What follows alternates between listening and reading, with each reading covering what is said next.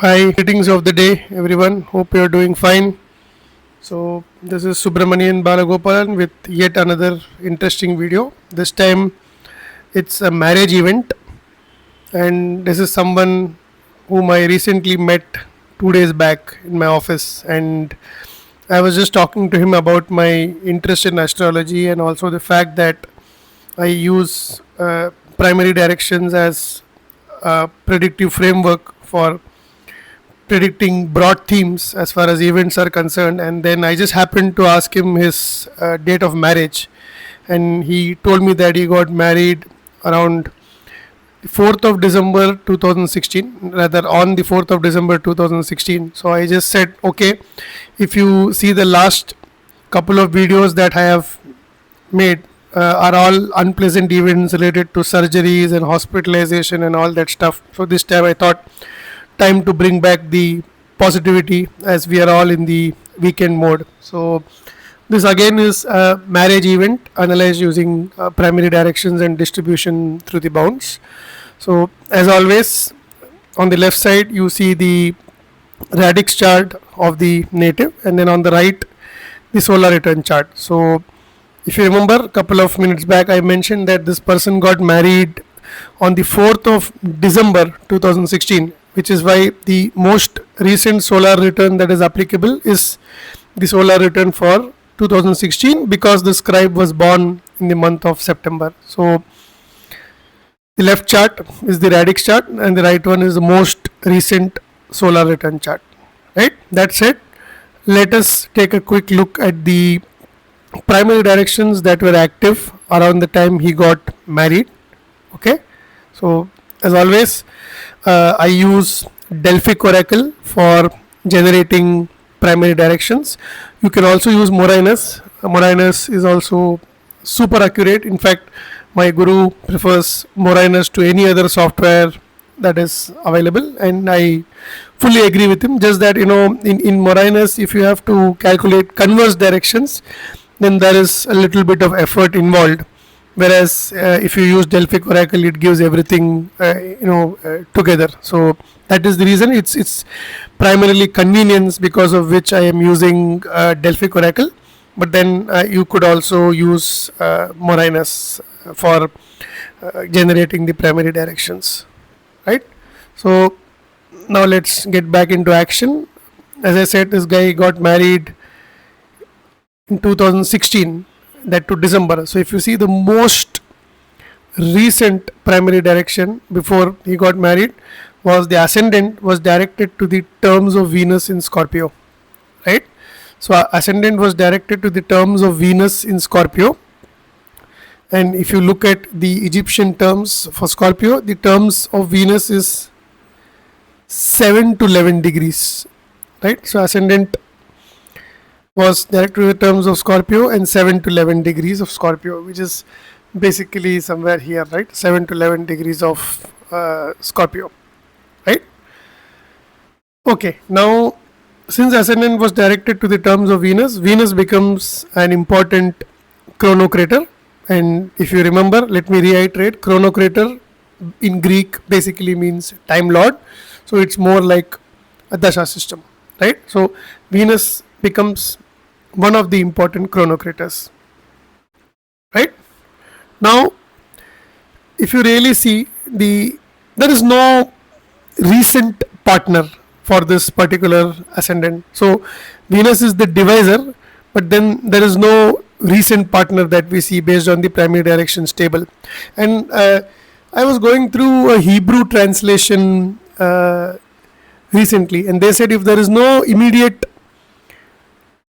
promiser, then you should consider the lord of the sign itself as the promiser. So in this case, Venus is directed to the terms of, ascendant is directed to the terms of Venus in Scorpio. So the sign ruler of Scorpio is Mars, hence Mars becomes the promiser. Okay, so you have Venus as the divisor and the Mars as promiser. Now what is Mars? Mars being the promiser, Mars is actually the 7th lord of the scribe, right? And 7th lord obviously is also got to do with marriage. Okay, but that may not be like the most obvious or most convincing reason, right? So let us look at other clues. See, this is a day birth, hence sun is the sect light, right? And if sun is a sect light, just look at the direction of the sun. The sun was directed to the terms of Saturn in Libra. Okay, just a minute. The sun was directed to the terms of Saturn in Libra on. Okay, but then that is again slightly after he got married. So I mean, very close. But then let us not even go there. Let us look at this. Sun was directed to the terms of Saturn, okay, in Virgo, right? So around 2015, the luminary of the sect Sun was directed to the terms of Saturn in Virgo. Let us look at the Egyptian tables. Let us look at Virgo. The terms of Saturn is basically 28 to 30 degrees, right? So, and 28 to 30 degrees Virgo is somewhere here, because here it is 26. So basically the directed sun was somewhere here, right? And just notice, right, on the day of the solar return, Venus was at 21 degrees of Virgo. So in a couple of days, Venus will actually fall into the body of Venus will actually fall into the directed sun, right? Just to clarify again, in case you have not got it, the sun was directed to the terms of Saturn in Virgo, right? And when you look at the terms of Saturn in Virgo, it is the band 28 to 30 degrees. So it's in the fag end, so roughly it must be around 29 degrees of Virgo. I did not calculate the exact position around the date of the solar return, but it is somewhere between 28 and 29 degrees. And Venus is very close. Venus is at 21 degrees of Virgo. So in a couple of days, Venus will actually fall. The body of Venus will fall into the directed sun. Now I was just checking, the body of Venus or Venus conjunct the directed sun. What does the classics say about this?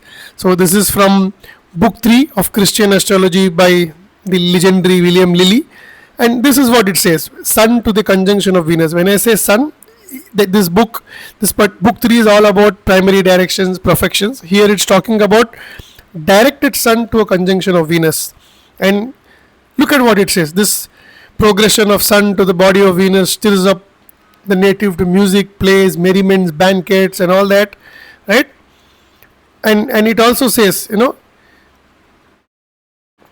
just a minute, yeah. So in king's nativities, it argues comfort by or from their children, the marriage of some of them, right?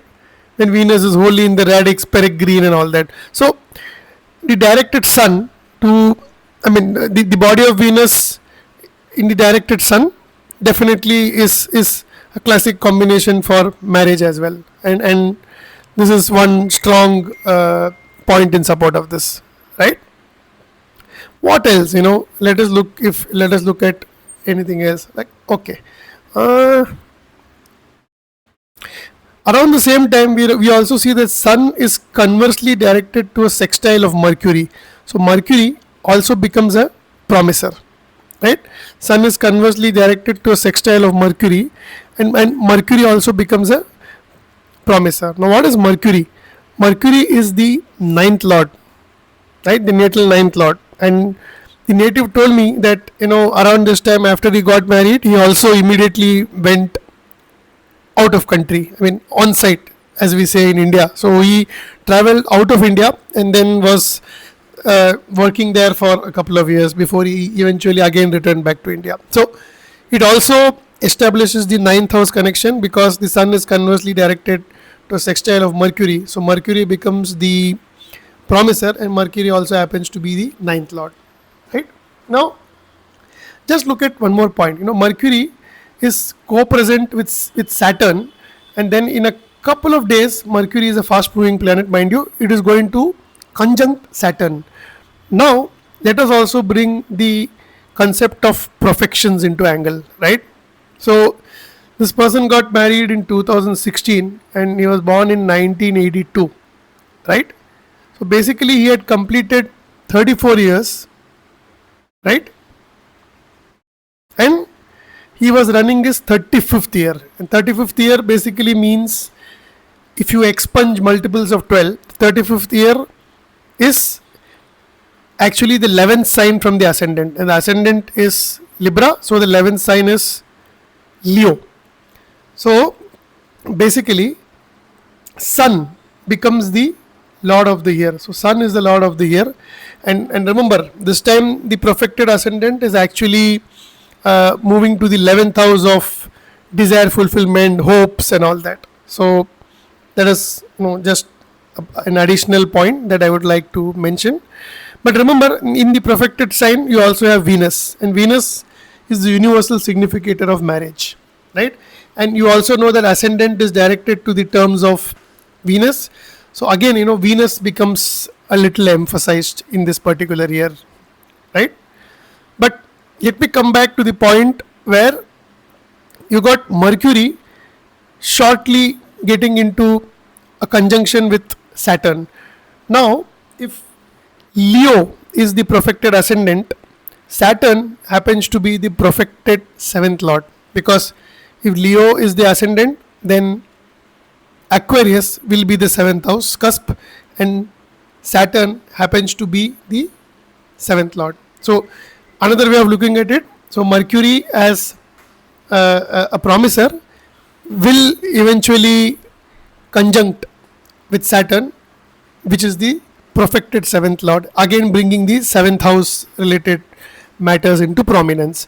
Apart from that, if you see, as I said, the ascendant was directed to the terms of Venus, and one of the Hebrew texts strongly says if there is no partner, or if a body or any other aspect of some other planet doesn't fall into the directed terms of the ascendant, you can also consider the lord of the sign as the participator or promiser. And in this case, Mars is the promiser, and then Mars is also the 7th lord. So you're getting a 7th lord connection through Mars, you're getting a 7th lord connection through Saturn, and then you're also getting a connection of the natural significator Venus, whose body falls into the directed sun. So of course, there are two malefics who are involved with 7th house, but nevertheless, this is also giving some indications of 7th house influences, and this is where the native got married.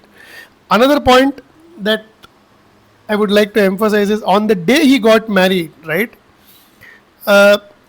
Transit Venus, okay, was at 0 degrees Capricorn, and it was actually conjunct the solar return descendant. So it was exactly at 0 degrees Capricorn around 4th of December, and it was conjunct the solar return 7th house cusp or the descendant. So I hope you liked this video, and I hope you are also trying to understand all the previous videos that I have been publishing all along. So if you like the video, please do subscribe and share it with your friends who might have interest in this subject and also interested in learning this subject. If you have any comments or any specific observations that you would like to bring to my notice, more than happy to learn from your experiences. And that's all from me today. So stay smart and continue to have a great weekend ahead. This is Subramanian signing off. Thank you. Goodbye.